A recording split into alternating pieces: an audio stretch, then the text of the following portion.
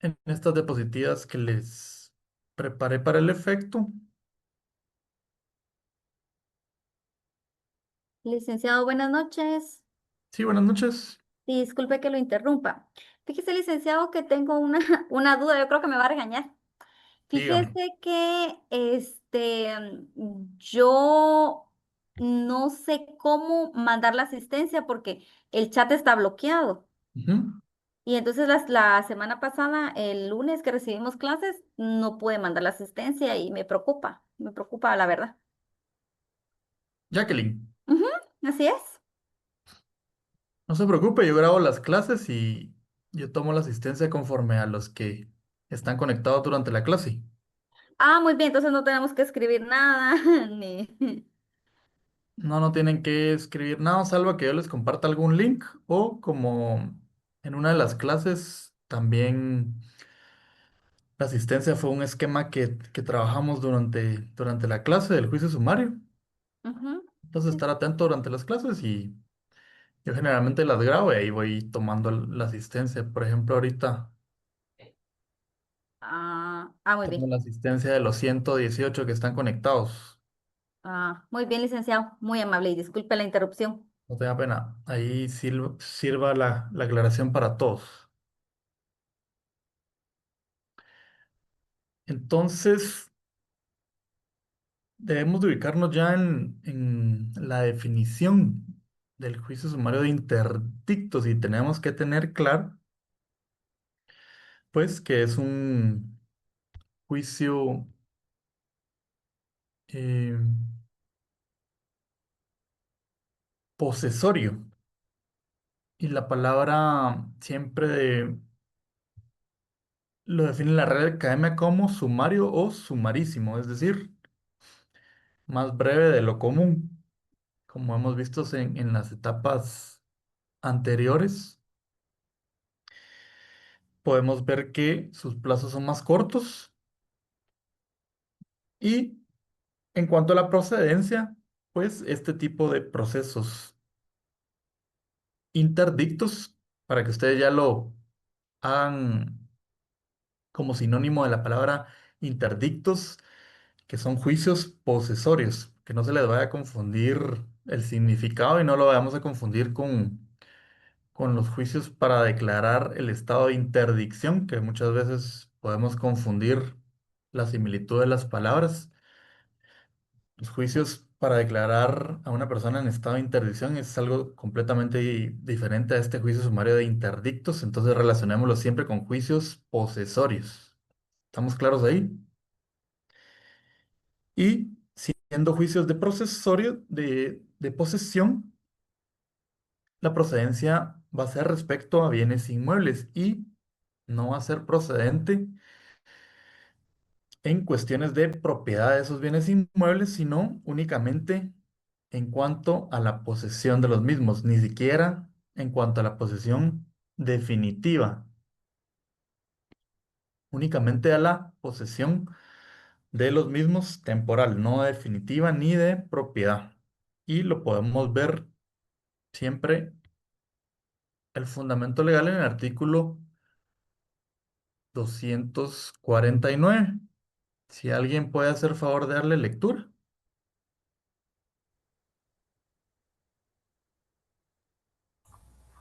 Los Artículo. interdictos solo proceden respecto de bienes inmuebles, de ninguna manera afectan las cuestiones de propiedad ni de posesión definitiva. En cuanto a ellos, no se resolverá cosa alguna sobre la propiedad.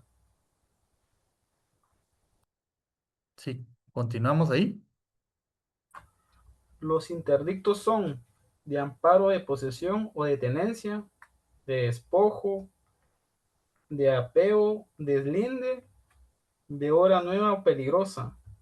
No podrá rechazarse la demanda por la circunstancia de haberse denominado equivocadamente el interdicto que legalmente procede siempre que de los hechos alegados y probados aparezca que se ha violado un derecho de posesión. En tal caso, el juez resolverá de acuerdo con las normas del interdicto que proceda para restituir las cosas al estado anterior al hecho que motivó la demanda. Muy bien, muchas gracias. Entonces, una vez visto el fundamento legal de estos juicios posesorios, podemos entrar a ver cada uno de ellos y las subclasificaciones que la ley establece dentro de los mismos juicios sumarios de interdictos o, como ya vimos, juicios de posesión. Y tenemos cuatro clasificaciones de amparo de posesión o de tenencia. Es de despojo, de apeo y deslinde y de obra nueva o peligrosa. Y nos vamos a situar en los artículos del 249 al 52.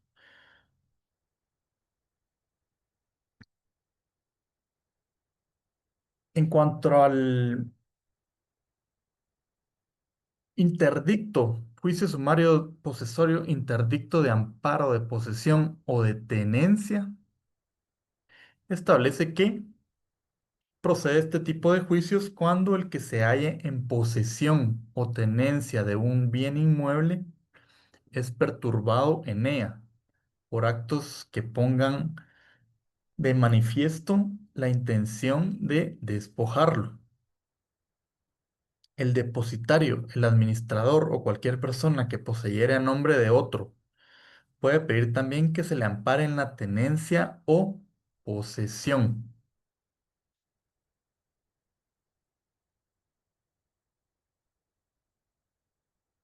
La prueba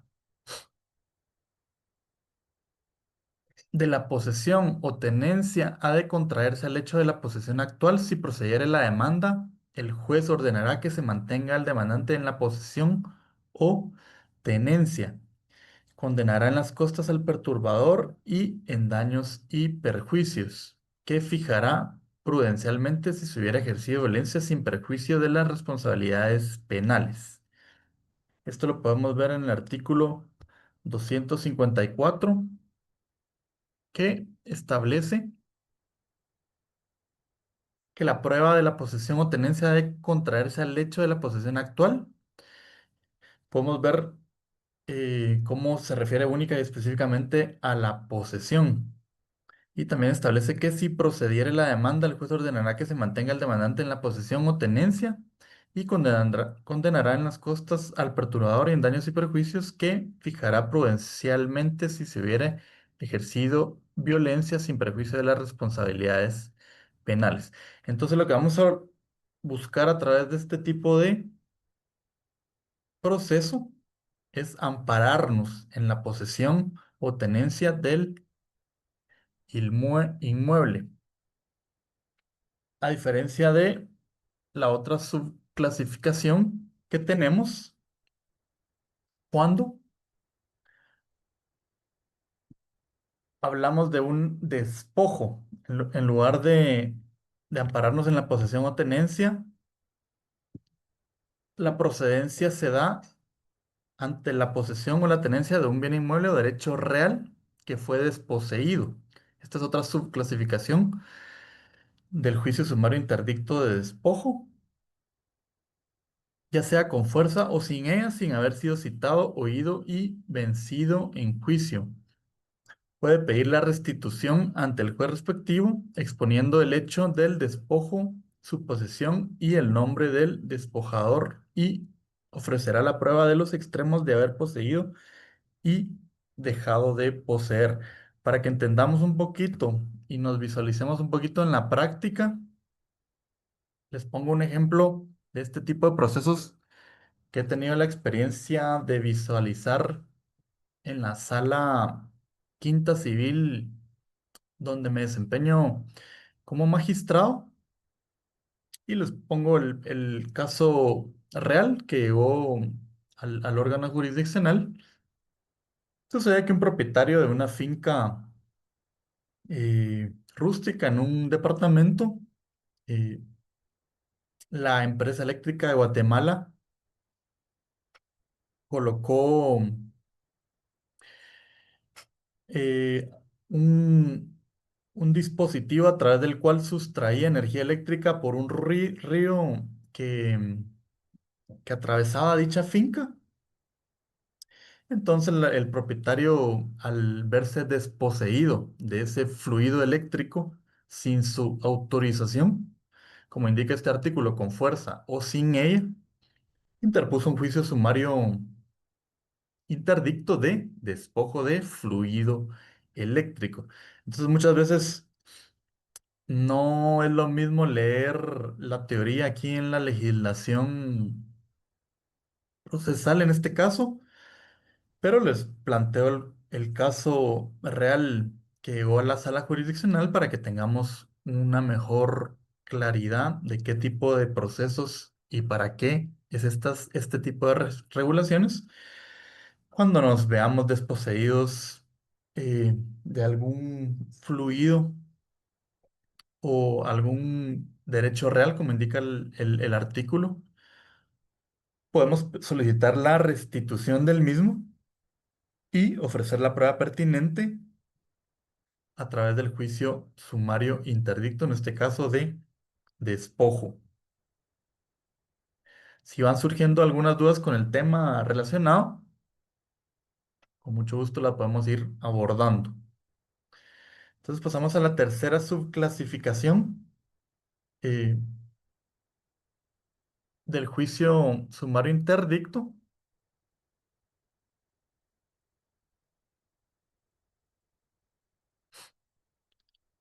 y se da la figura del despojo judicial. Esto lo podemos ubicar en el artículo 257. Si alguien puede hacer favor también de darle lectura.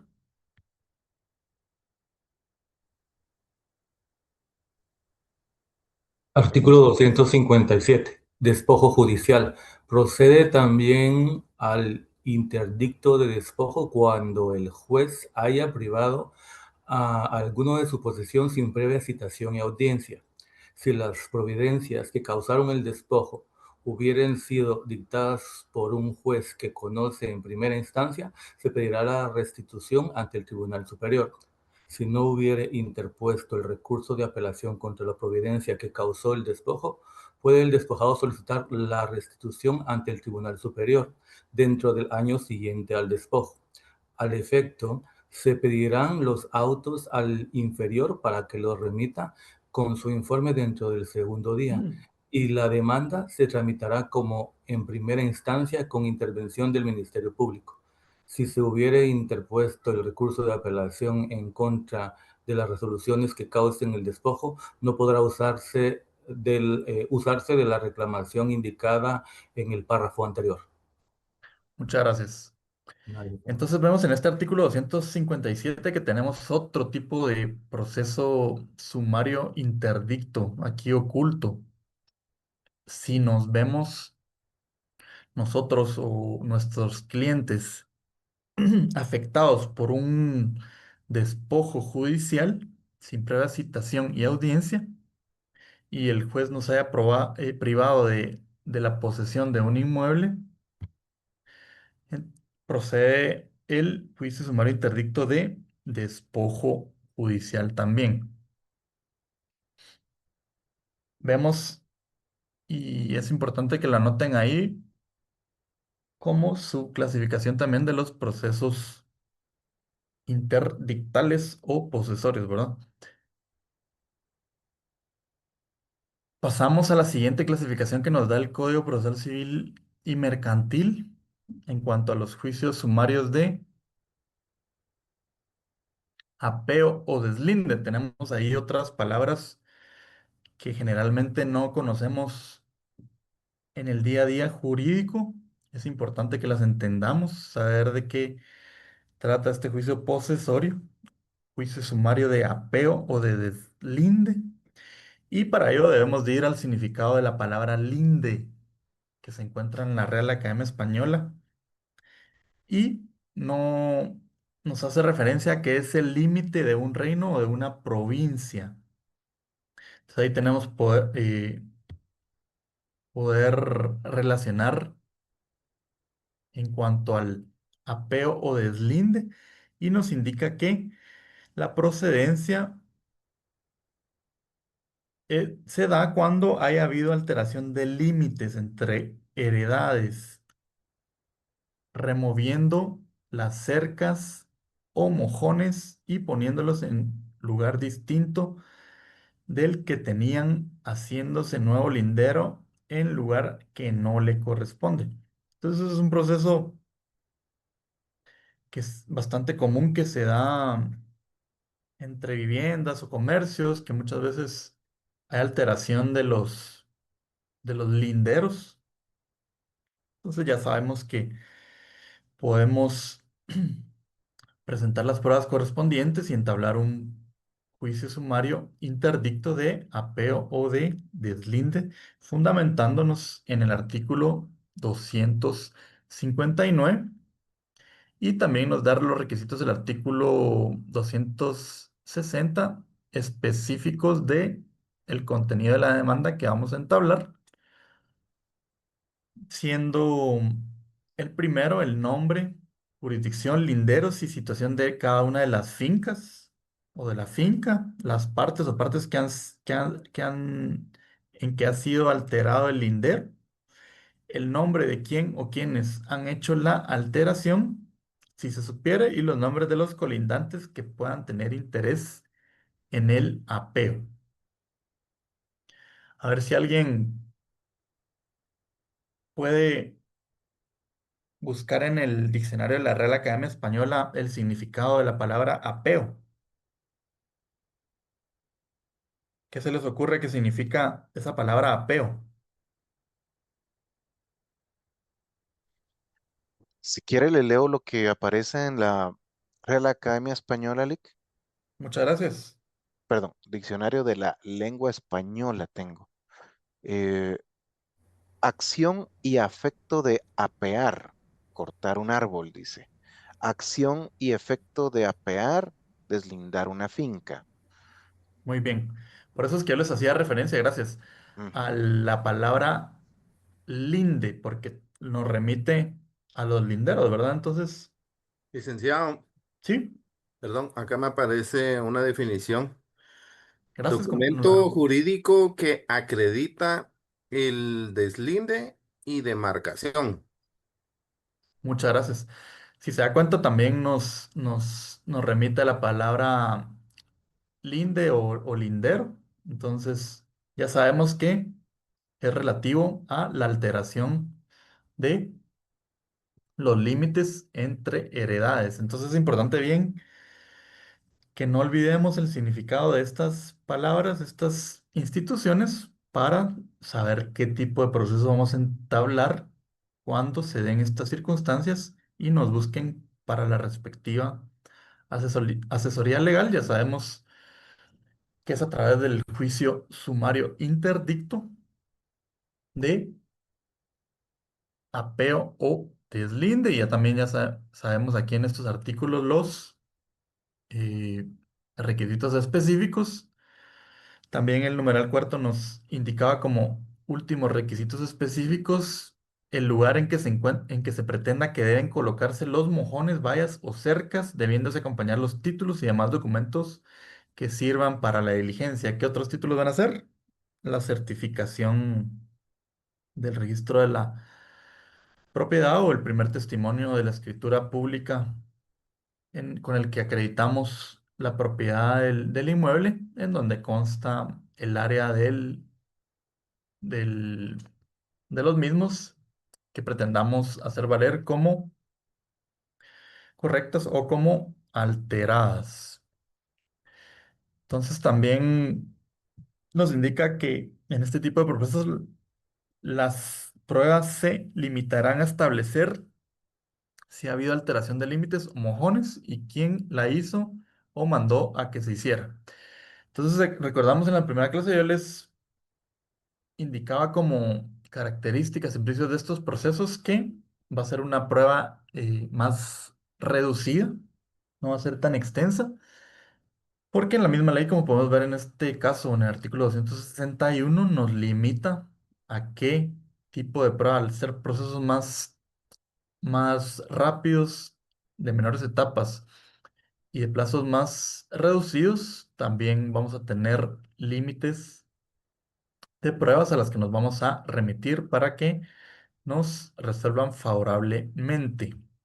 Como lo indica el artículo 262, que si la alteración fuere comprobada, se ordenará la restitución a cargo del que lo hizo o lo hubiera ordenado, quien será responsable de las costas del juicio y de los daños y perjuicios fijados prudencialmente por el juez y quedará sujeto además a las responsabilidades penales consiguientes.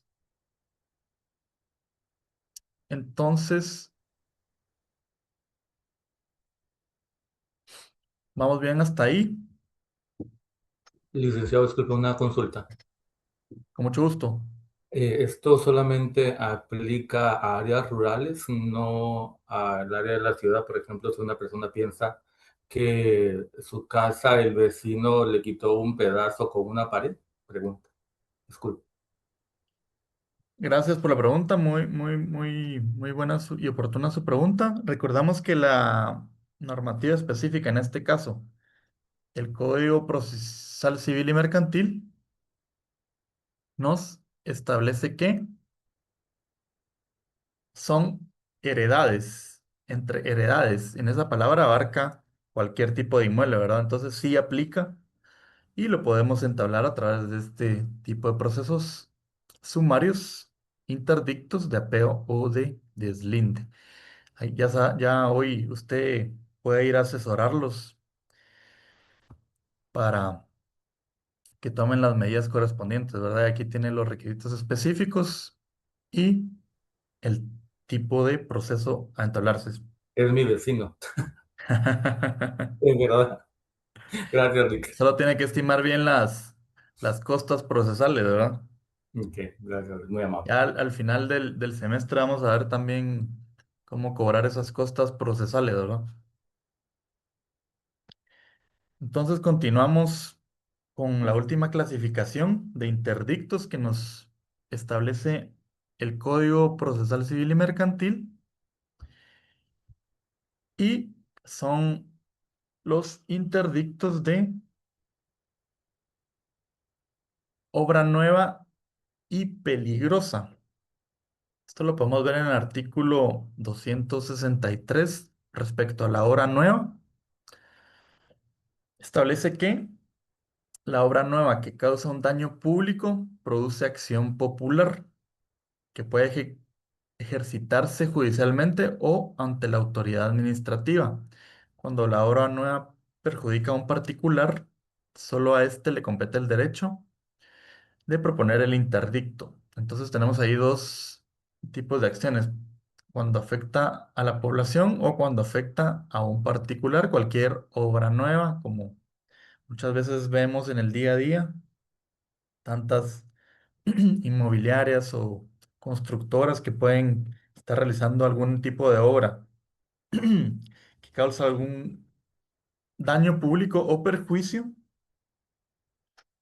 lo podemos eh, ejercitar judicialmente a través del juicio sumario de obra nueva y peligrosa, a través de estos juicios interdictales de, recordemos, posesión, ¿verdad?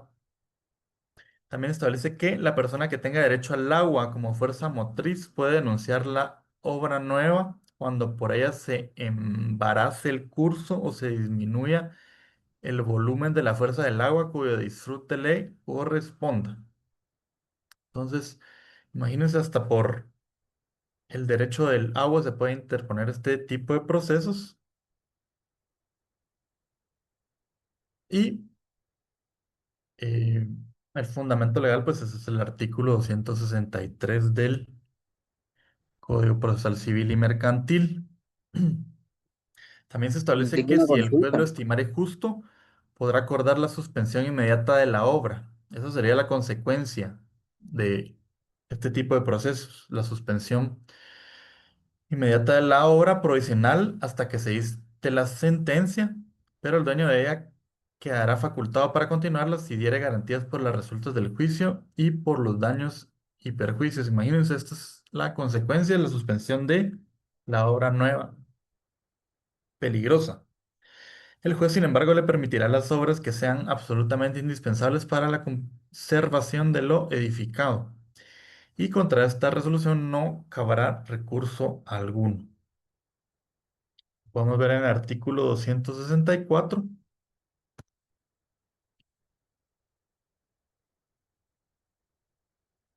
Y respecto a la obra peligrosa, establece el artículo 265 que si la obra fuera peligrosa o la construcción por su mal estado pudiera causar daño, o si existieran árboles de donde puede éste provenir, como comentaba el compañero anteriormente, el juez dictará en el acto las medidas de seguridad que juzgare necesarias o el derribo de la obra, incluso, imagínense, construcción o árbol sin ulterior recurso.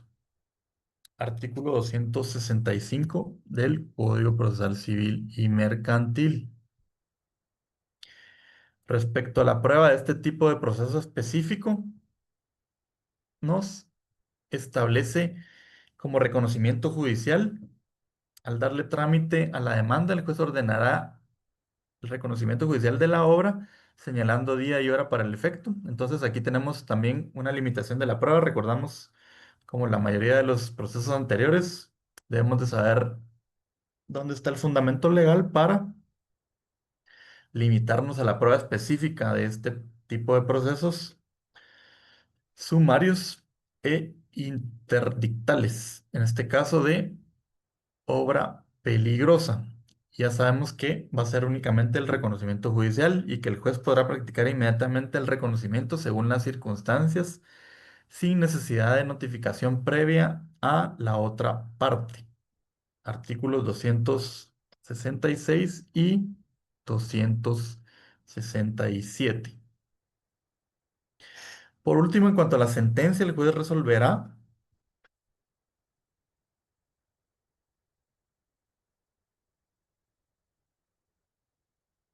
sobre la procedencia de la suspensión definitiva o de la demolición de la obra. Recordamos que vimos anteriormente que era provisional. Ya en sentencia se va a resolver sobre la suspensión definitiva o demolición de la obra, condenando en costas al vencido. Si procediere la suspensión definitiva, se ordenará la ejecución inmediata del fallo, y si procediere la demolición de la obra, se fijará término para llevarla a cabo o a costa del demandado. Artículo 268 del Código Procesal Civil y Mercantil. Entonces, recapitulando un poquito, recordemos que los juicios interdictos son juicios posesorios y su clasificación la encontramos en los artículos del 249 al 252 del Código Procesal Civil y Mercantil, y tenemos cuatro, las cuales son de amparo de posesión o de tenencia, de despojo, de apeo y deslinde, y de obra nueva o peligrosa. Recordamos que también estaba ahí entre los artículos el de despojo judicial, no necesariamente de particulares, sino judicial.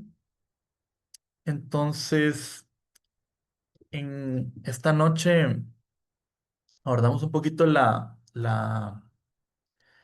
teoría y su fundamento legal. En las próximas clases vamos a estar trabajando también casos prácticos para que podamos ver, como el ejemplo que les puse de la sala de apelaciones de la empresa eléctrica, un poquito de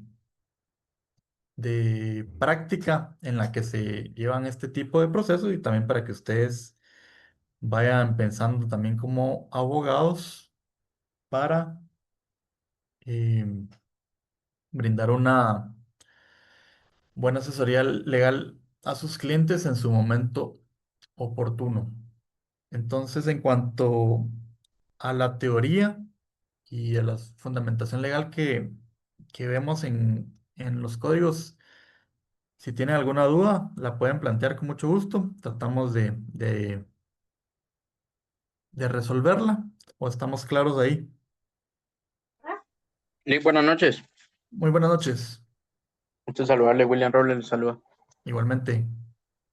Me estaba perdiendo mi cámara un momento. Yo tengo una duda. Fíjese que estuvo mucho en redes sociales saliendo un video donde la empresa eléctrica estaba metiendo los postes, pero cuando metió los postes se metió a un terreno que no les pertenecía, que tenía dueño.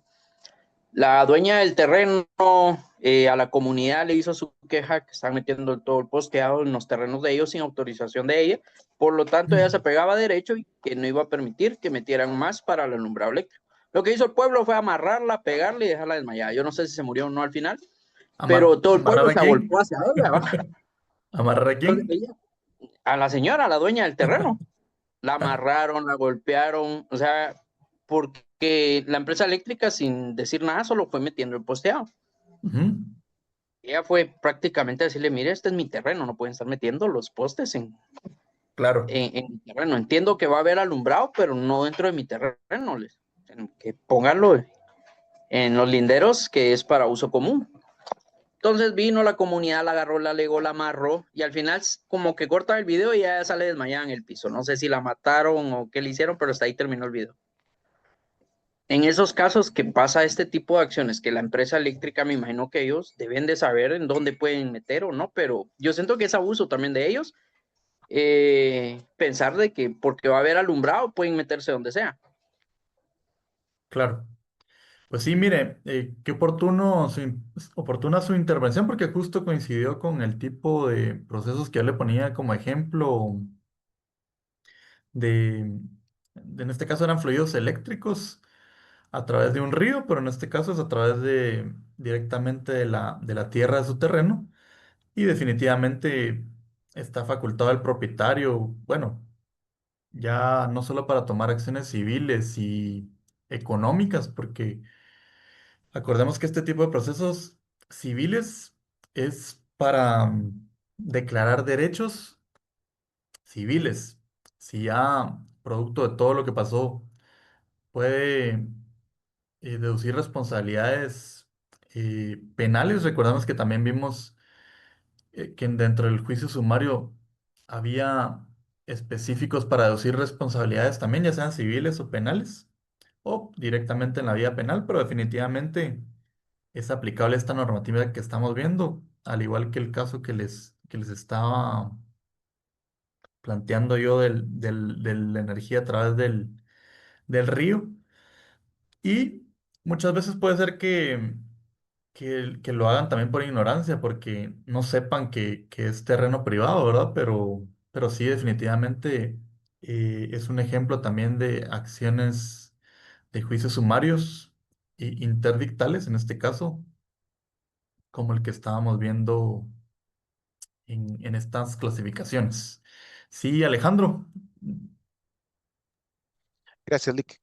Tengo dos consultas. La primera es, cuando planteamos este juicio de interdicto por obra nueva y peligrosa, esto se hace a un juzgado de primera instancia, ¿verdad? Y que aquí no hay tales dependiendo la cantidad, hablando de lo que vale lo que Claro, se está alegando. buena pregunta, gracias por plantearla. Y ahí para que sepamos nosotros a dónde acudir, porque recordamos que debemos de ir a la competencia por razón no solo de territorio, Ujú. sino por razón de la cuantía. Entonces, si nosotros lo que buscamos es una compensación económica y la vamos a documentar de la forma que la podamos documentar, debemos de estimarla y ya irnos, si es una cuantía que es competente un juzgado de paz, lo planteamos en el juzgado de paz, y si no, sería competente el juzgado de primera instancia, como usted mismo indica. Pero sí debemos de evaluar también cada una de las razones de competencia, no solo por territorio, sino en este caso también por por cuantía. cuantía. Ujú. Porque yo me Pero sí pregunto, serían Lick, juzgados de paz o juzgados de primera instancia. pensando en casos prácticos que de repente se nos van a salir, por ejemplo, estoy pensando en los derechos de paso. Yo sé que de repente a veces esto es un poco conflictivo ya cuando hay más de un dueño o estos venden y entonces eso es lo que se tiene que dilucidar. O, por ejemplo, aquellos títulos supletorios que salen por ahí, ¿verdad, Lick? Y uno pues tiene que ver de qué manera puede usar o puede interponer este tipo de acciones, Correcto. ¿verdad, Lick? Generalmente para evitar este tipo de conflictos es por ellos que vemos que muchas eh, fincas en sus inscripciones registrales, para evitar precisamente este tipo de demandas, hacen contratos de servidumbres, ¿verdad? De los Mm, distintos tipos de servidumbres que hay, de de uso de servidumbre. energía eléctrica, de paso, de agua, de lo que sea, ¿verdad? Pero sí, como la ley da derecho a los propietarios para que también saquen beneficio de todas esas, en este caso, por ejemplo, los casos que vimos de esa energía eléctrica, ¿verdad? Que se producía a través de postes o a través de ríos. Entonces, las personas como propietarias tienen derecho a sacar beneficios y ser usufructuarios o hacer contratos de cualquier tipo, como pueda ser servidumbres o cualquier otro tipo de contrato legal que le puedan dar para normarlo y no tener que llegar a un proceso de este tipo de conocimiento, ¿verdad? Pero sí, gracias Claro, por su intervención. claro. Gracias, Lick. Muy Con amable. mucho gusto. Sí, Rudy.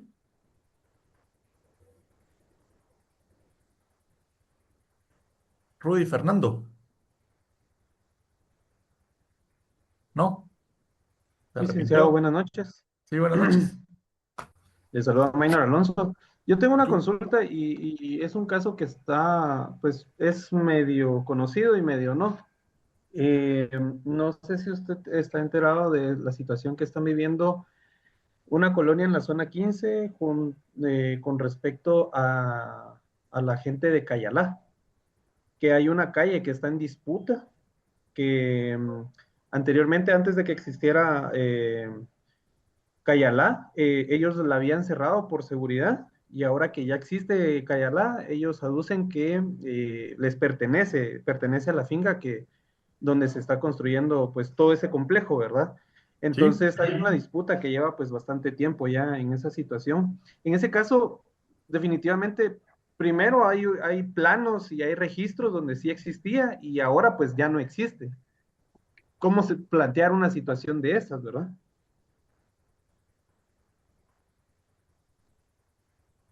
pero ahí sería en cuanto a la propiedad, no tanto a la posesión. No tenía conocimiento de ese tipo de conflictos, pero sí se da mucho, incluso a veces anómalamente, ¿verdad? Alteran las propiedades, ya sea en el registro de la propiedad o títulos, en cuanto a los propietarios antiguos o posteriores. Pero en este tipo de casos, gracias por la intervención siempre.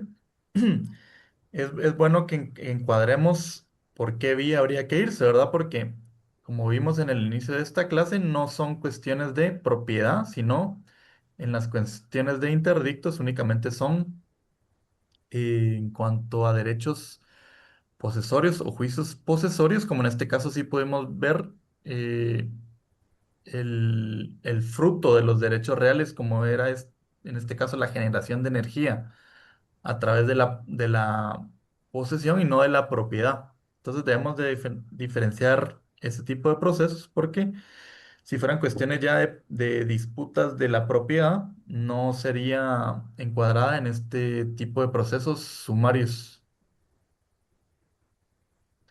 Sí, Emerson.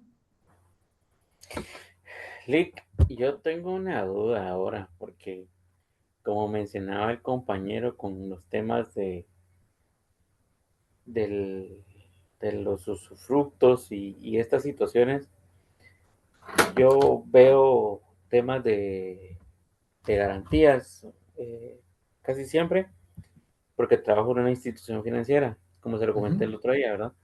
Pero ahorita la situación es que me salió aquí una dudita porque un día de esto recibí una documentación que habían aceptado una garantía sobre los derechos de posesión de un bien inmueble ubicado en Huehuetenango. Sí. La finca no tenía tracto registral Ujú. y todavía sobre esos derechos de posesión pesaba un usufructo vitalicio sobre la finca. Entonces, Usufructo sobre los derechos de posesión. sobre los derechos de posesión.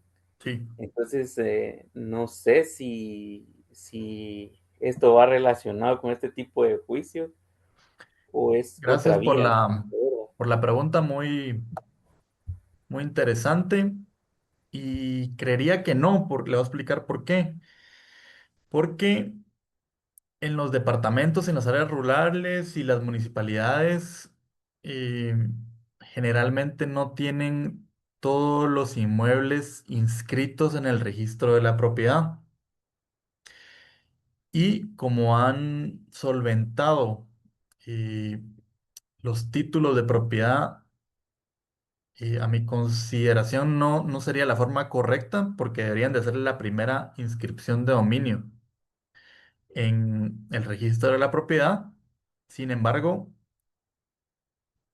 eh, han, se han dado la mala práctica de querer trasladar la propiedad, entre comillas, a través de un contrato privado o incluso resoluciones administrativas de derechos de posesión. ¿Por qué? Porque no está inscrito en el registro de la propiedad. Entonces, como no está inscrito en el registro de la propiedad y no pueden acreditar realmente quién es el propietario, las municipalidades o cualquier otra persona eh, han tratado de otorgar esos derechos a través de un contrato de derechos posesorios, como usted indica, pero al no tener un registro real, con folio real en el registro de la propiedad, eh, no se puede entablar este tipo de procesos porque recordemos que el Código Civil, que es la normativa sustantiva para el Código Procesal Civil y Mercantil, nos establece como título de propiedad la certificación del registro de la propiedad o bien el primer testimonio de la escritura pública, pero siempre y cuando tenga finca, folio y libro. Entonces ahí ya es una cuestión de riesgo que debería evaluar la institución bancaria en este caso, si lo acepta o no como, como garantía, ¿verdad? Porque quiera que no, va a existir un mayor riesgo, pero en la práctica sí se da mucho ese tipo de títulos, aunque realmente no estén inscritos en el registro de la propiedad. Yo también he tenido casos como notario, incluso no solo como abogado, sino como magistrado, ni como magistrados, en los que, por ejemplo, les comento el caso específico que tuve, donde una persona deseaba comprar un inmueble, precisamente en estas áreas rurales, pero no tenía finca, folio y libro, sino que en realidad lo que iba a comprar era un derecho posesorio. Yo a la municipalidad de, creo que era Zumpango.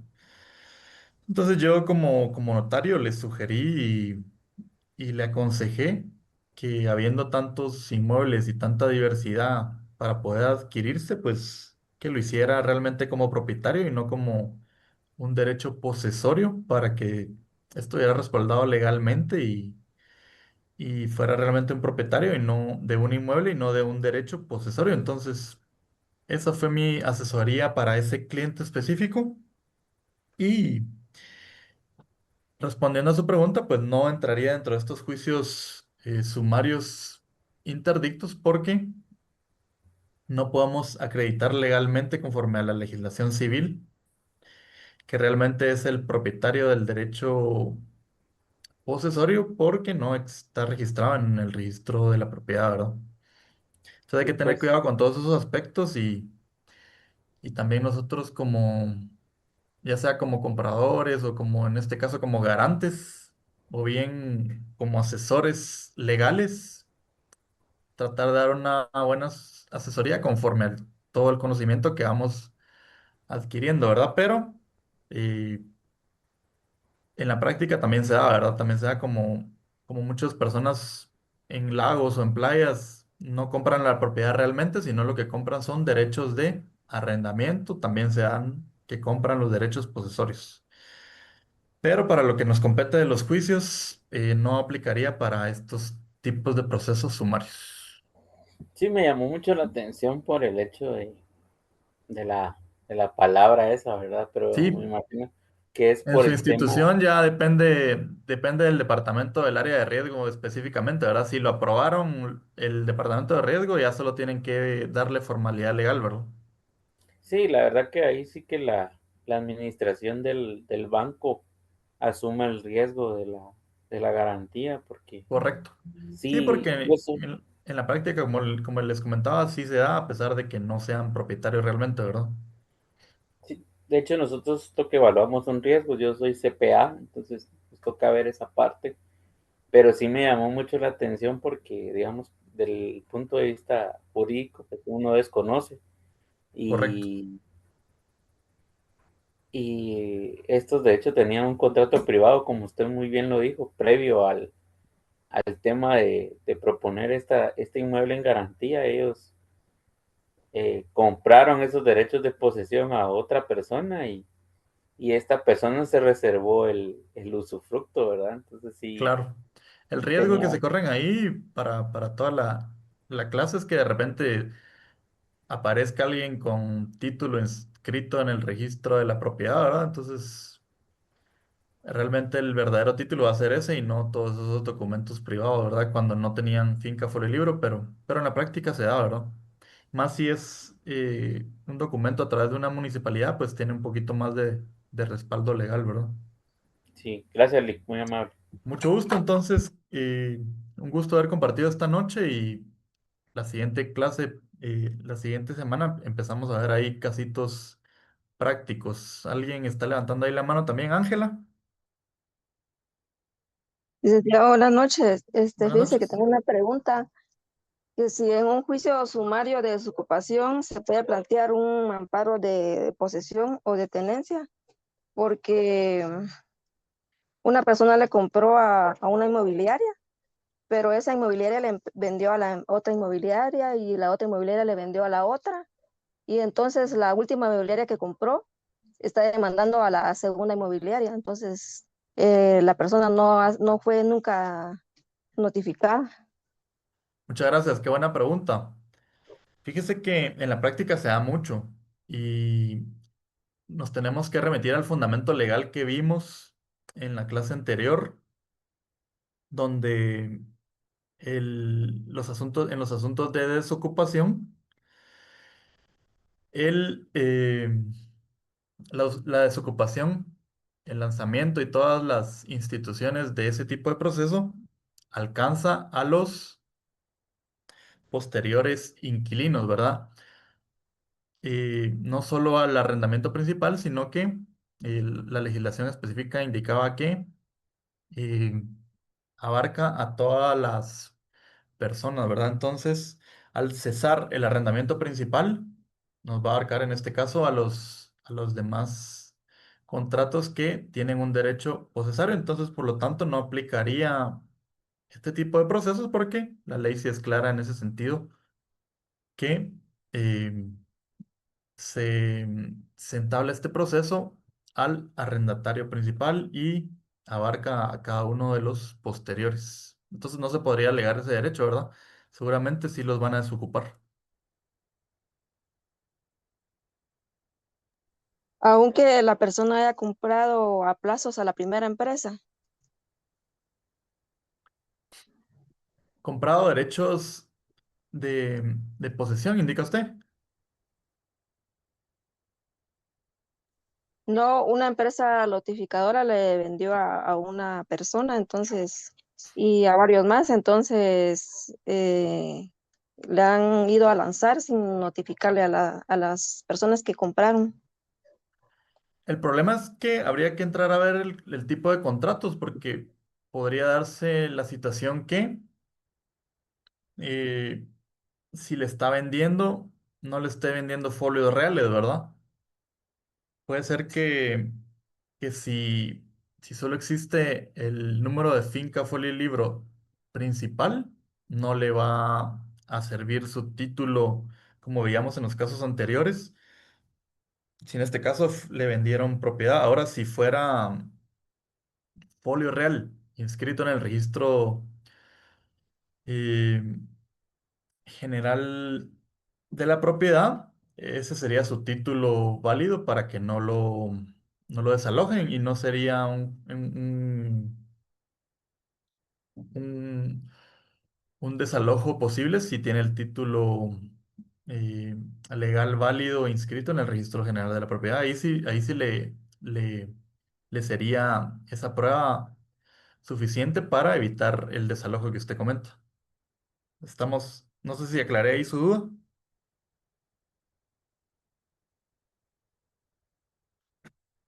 Entonces se podría plantear un amparo de posesión o No, no, seguiría. no. No, porque si usted está diciendo que él ya compró, ya no sería cuestión de posesión, sino ya solo que disputa la propiedad. Recordamos que estos tipos de procesos interdictos no son en cuanto a la propiedad, sino solo a derechos de posesión. Entonces, él ya tendría que evitar el desalojo, defendiéndose en ese tipo de proceso, acreditando la propiedad con su título válido. Es por eso que nosotros como abogados debemos de tener mucho cuidado cuando asesoremos en las compraventas, ¿verdad? Porque muchas veces se dan compraventas que prácticamente son ficticias, ¿verdad? Porque si no están comprando un folio real, el título no va a ser válido a la hora de defenderlo en un proceso legal, ¿verdad? Bueno, licenciado, en este caso fue solo por abonos y entonces no le entregaron la escritura a la persona. Correcto. En este caso Ajá. no se perfeccionó entonces el contrato de compraventa, ¿verdad? No puede acreditar propiedad ni, ni va a ser válido su título, ¿verdad? Ese es el problema también que se da Ni con la promesa, con los contratos correcto, con los contratos de promesas de compraventa. Debemos de tener cuidado también cuando asesoremos eso, porque muchas veces venden en planos con contratos de promesas de compraventa en documentos privados. Esos no son títulos reales, ¿verdad? Lamentablemente son formularios ya preestablecidos que muchas veces no le dan libertad al cliente de aceptarlos o no. Si no los aceptan, no pueden adquirir esos inmuebles, pero en realidad nosotros como abogados y notarios debemos de asesorar y dar el fundamento legal para que ya el cliente bajo su responsabilidad lo haga o no, ¿verdad? Pero sí debemos de tener mucho cuidado con los títulos, que sean títulos válidos conforme al Código Civil, ¿verdad? Entonces esos contratos de promesa de compraventa deberían de ser en escrituras públicas y no en documentos privados, para que sean títulos válidos a la hora de querer defenderlos, ¿verdad? Muchas gracias, licenciado. Con mucho gusto. Entonces, espero que pasen una feliz noche y los saludo primero Dios la siguiente semana. Feliz noche,